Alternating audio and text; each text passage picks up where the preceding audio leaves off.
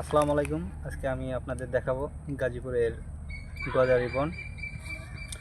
ভিডিওটি দেখার জন্য সবাই আমার সঙ্গেই থাকুন। গাছের নিবিড় আলিঙ্গন যাদের পছন্দ, প্রকৃতির সঙ্গে যারা মিলেমিশে থাকতে চান, তাদের জন্য ঢাকার খুব কাছের বনবনানীর জায়গা হলো গাজীপুরের শালবন। বন্ধুদের নিয়ে সকালে রওনা দিয়ে আবার বিকেলের মাঝেই ফেরত আসা যায় এই অরণ্য থেকে। বলা হয়ে থাকে মাত্র ৩০ বছর আগেও এই বনে বাঘ ঘুরে বেড়াতেন। কালক্রমে মানুষের বসতি স্থাপন এবং গাছ কাটার ফলে অনেক পশু পাখি হারিয়ে ফেলেছে তাদের এই জায়গাটুকু। এই বনে দেশের সবচেয়ে বেশি শাল গাছ রয়েছে। বনের ভেতর রয়েছে কিছু বড় বড় দিঘি। ছোটোবেলায় পরা বনভোজনের সব আয়োজনই রয়েছে এখানে। এবার চলেন আপনাদের নিয়ে যাব গহীন বনে। এটা বনের প্রথমের দিক। ধীরে ধীরে বনের ভেতরে ঢুকে চলে যাচ্ছি।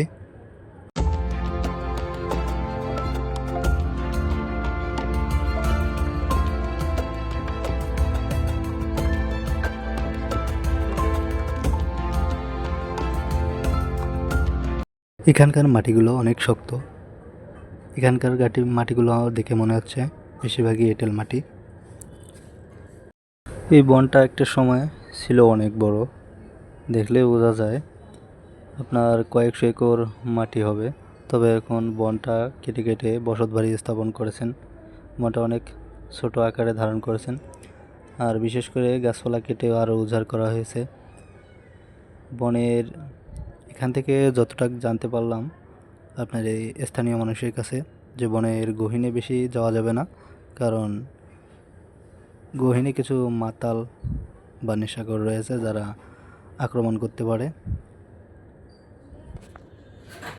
এখন ভাবা যায় বেশিরভাগই এটা মরা বন, অর্থাৎ এই বনে পশু পাখি তেমন নাই।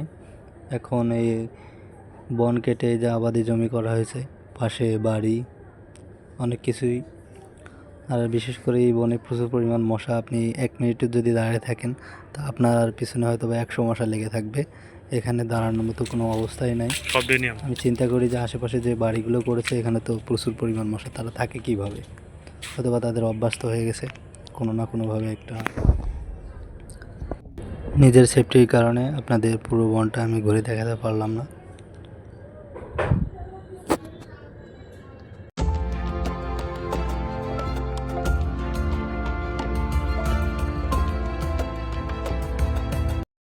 মেন সমস্যা হচ্ছে যে বেশি গভীরে যাওয়া যাবে না। এখানে বিভিন্ন লোকজন আছে যারা আমাদের উপর আক্রমণ করতে পারে, যে মোবাইল টাকা অন্যান্য ঝুঁকিপূর্ণ। তাই আমি আপনাদের আর বেশি ভিতরে নিয়ে গেলাম না। এখানেই দেখুন। ধন্যবাদ সকলকে।